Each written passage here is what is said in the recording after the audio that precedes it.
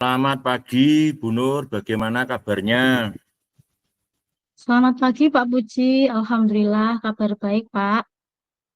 Bagaimana Ji, kabarnya Pak Puji? Alhamdulillah juga sehat, semangat. Ini diguyur hujan, dingin-dingin sumuk suasananya. Ji, kita langsung saja ya Bu, untuk sesi tanya jawab. Ya siap Pak Puji. Sebelum kita mulai, bagaimana perasaan panjenengan menjelang sesi coaching kali ini? Ada hal khusus yang ingin Bu Nur diskusikan atau fokuskan? Sejujurnya saya sedikit merasa bingung Pak. Ada beberapa tantangan di pekerjaan yang membuat saya mencari solusi yang lebih efektif. Ini ada sedikit unek-unek yang ingin saya sampaikan ke Pak Puji.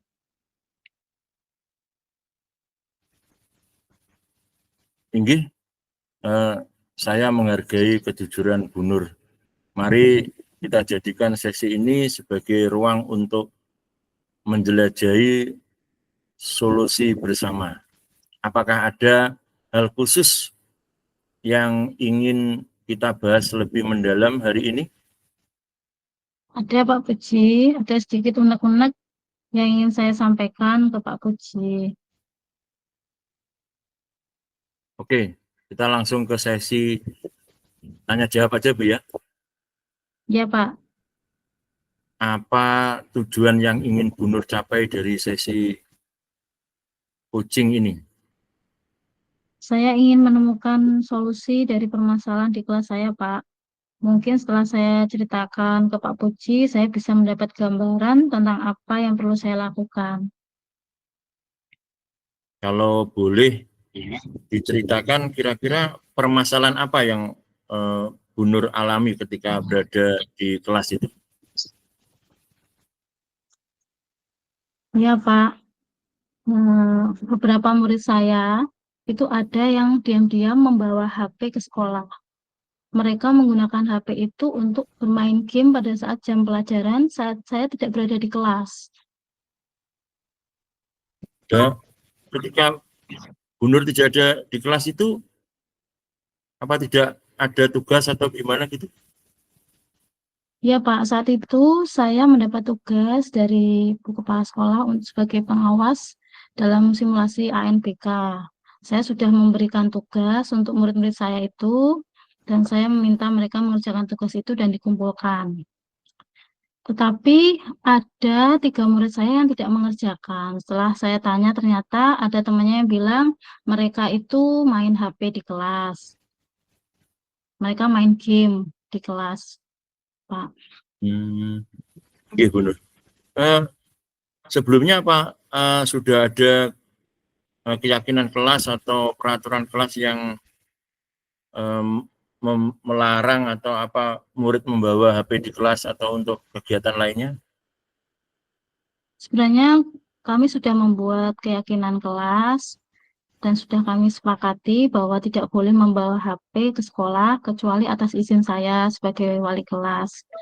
Dan waktu itu semuanya sudah menyepakati.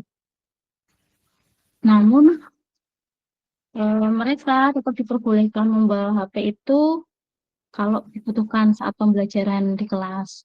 Sehingga ada izin dari saya, kemudian saya menyampaikan ke orang tua. Tetapi beberapa anak tadi melanggar keyakinan kelas kita, gitu Pak. Terus bagaimana Bu Nur menghadapi situasi atau permasalahan tersebut? Ya, saat saya tahu ada murid saya yang main game saat pelajaran, tentu saja saya langsung menyita HP yang dibawa murid tersebut. Kemudian saya memanggil 3 murid saya tersebut dan menanyakan mengapa mereka membawa HP ke sekolah.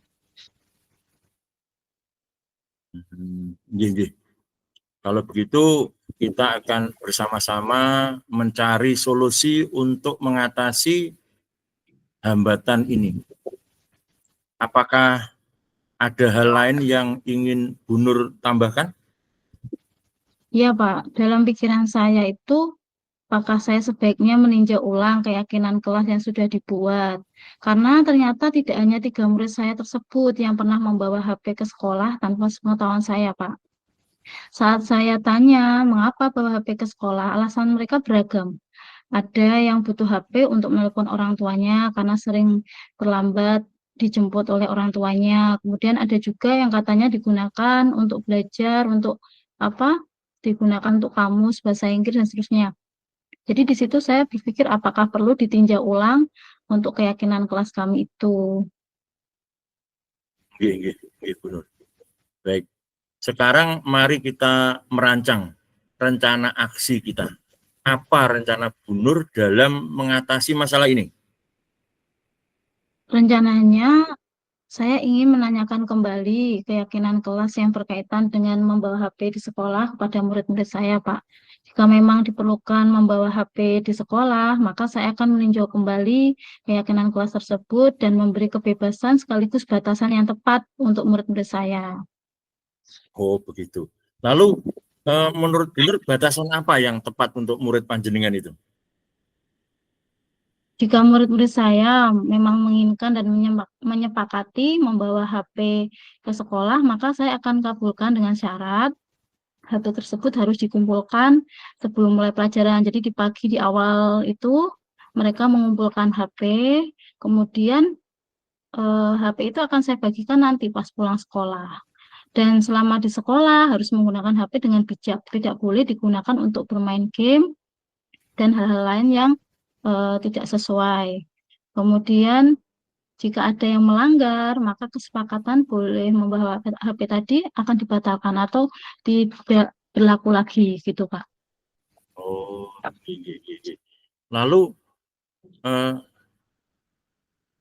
apa yang membuat Bu Nur itu kok memilih rencana tersebut?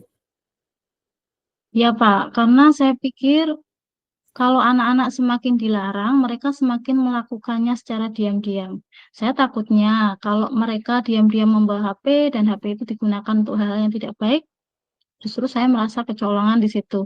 Sehingga saya ingin mengajarkan kepada mereka bagaimana menggunakan HP di sekolah secara bijak, yaitu memanfaatkan HP untuk media pembelajaran yang menyenangkan. Nggih. Mantap. Lalu selanjutnya rencana apa saja yang akan Bu Nur lakukan dan bagaimana langkah-langkahnya, Bu Nur? Pertama, saya akan merestitusi murid saya yang melanggar keyakinan kelas kami.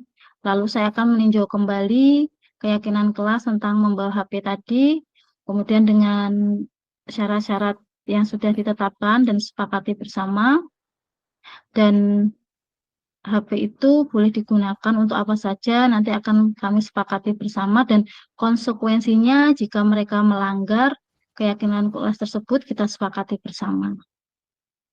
Baik.